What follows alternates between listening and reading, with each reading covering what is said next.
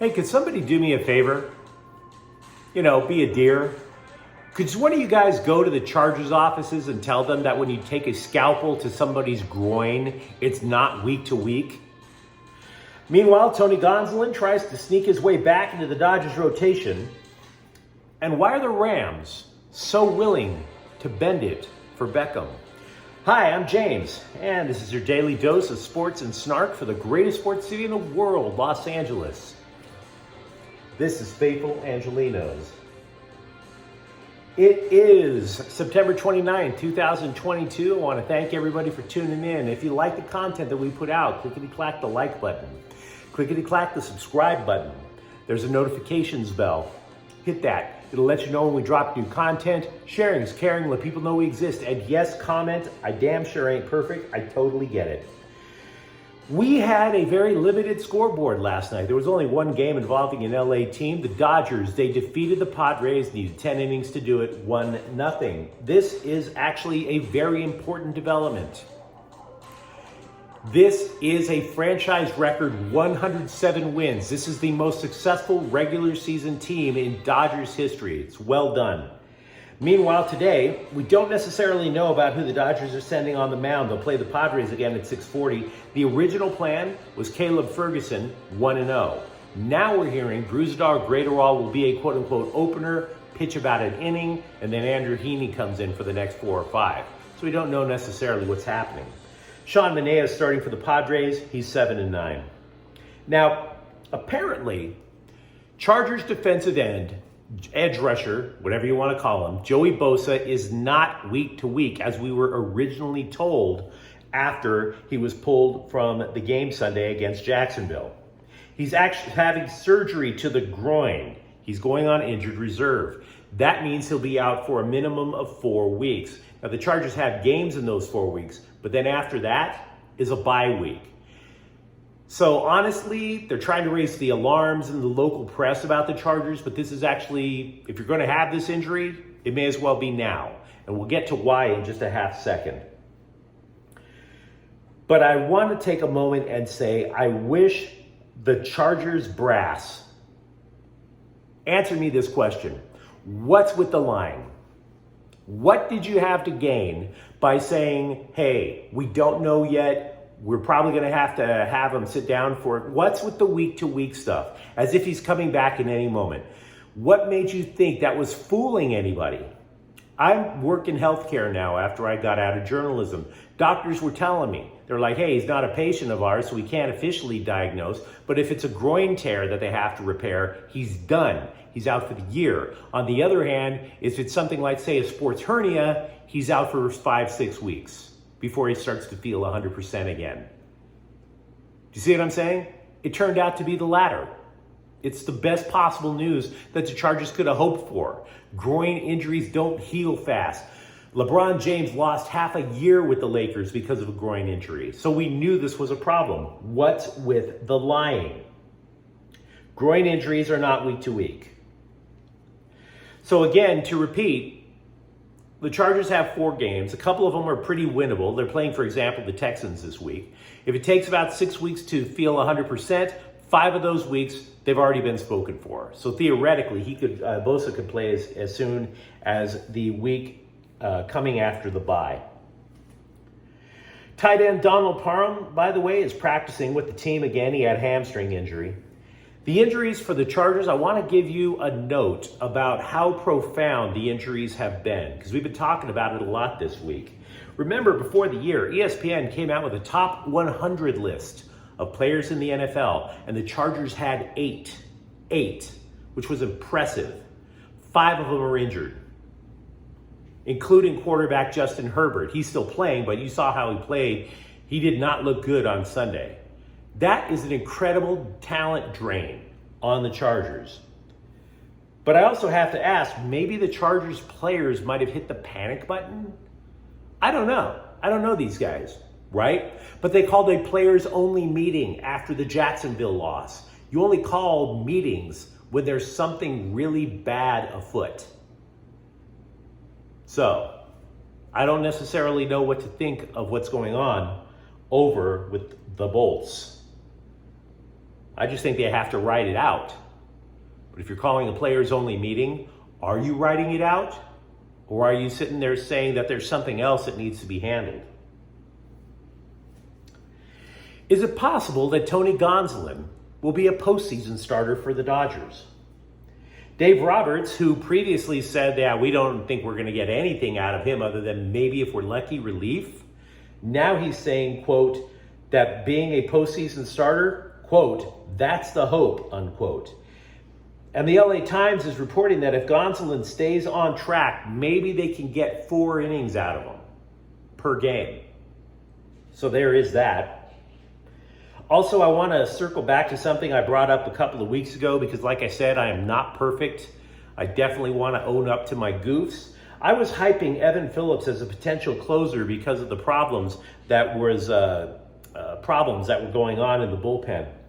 I'm wrong. Evan Phillips, despite being arguably the Dodgers' best relief pitcher this year, has blown 2 of 4 saves. He is probably not the answer. The Rams will be playing on Monday Night Football.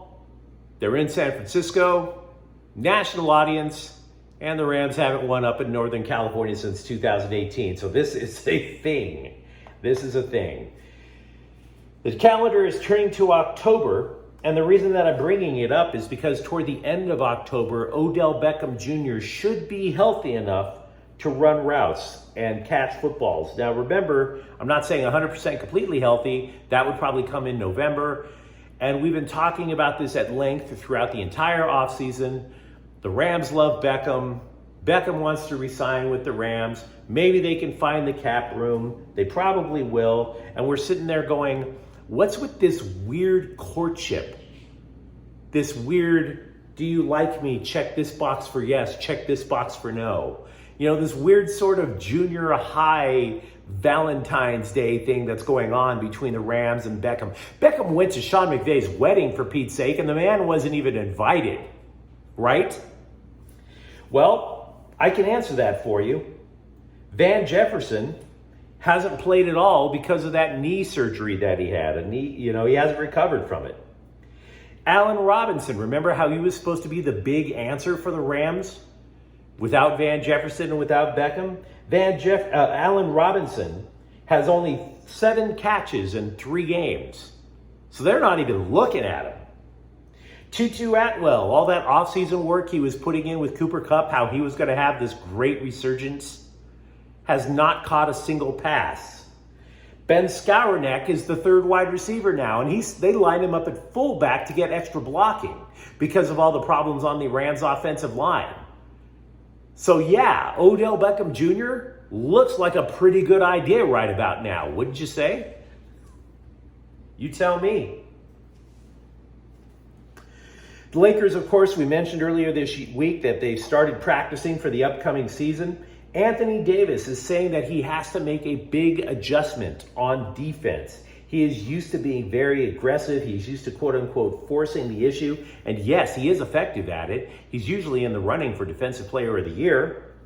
But new coach Darvin Ham wants him to stay back in the paint and not come up. So, for example, if a team is running the pick and roll instead of switching, he wants Davis to basically back off when that pick and roll comes up. He would rather him play, quote, center field. Ham calls it specifically the center field position. And that actually might be a good idea for Davis in the sense that the less banging around you do in a pick and roll, the more likely you don't get injured. Davis said his goal this year is to play all 82 games. Clippers owner Steve Ballmer is the richest owner in sports for the 8th consecutive year. Now, Ballmer is the 8th richest man in the United States alone at $83 billion. And you're wondering, okay, well, what does that mean, I guess? Well, the Clippers are reportedly worth $3.2 billion, which is very surprising to me when you consider all those decades of mediocrity. The Clippers are the 5th most valuable team in the Los Angeles area. The most valuable team might surprise you. It surprised me. It's the Rams at $6.2 billion. And that's why they came from St. Louis. So yeah, they're technically more valuable than even the Lakers and the Dodgers. Go figure. By the way, speaking of team value, they talked LA area, not just LA teams. So they included Orange County. Both MLS teams, LAFC and the Galaxy, are worth more than the Anaheim Ducks. I'm curious about that. Could soccer eventually become more valuable, more popular than hockey?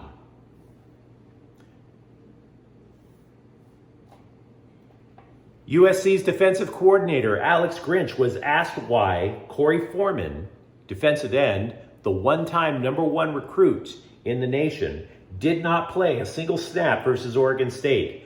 Quote, just practice, unquote. That doesn't sound good any way you slice it, because it either means one of two things off the top of my head. Either A, Foreman is still injury prone and therefore can't practice, or B, Foreman isn't practicing hard enough and they just don't think he's worthy. He's earned playing time on the field.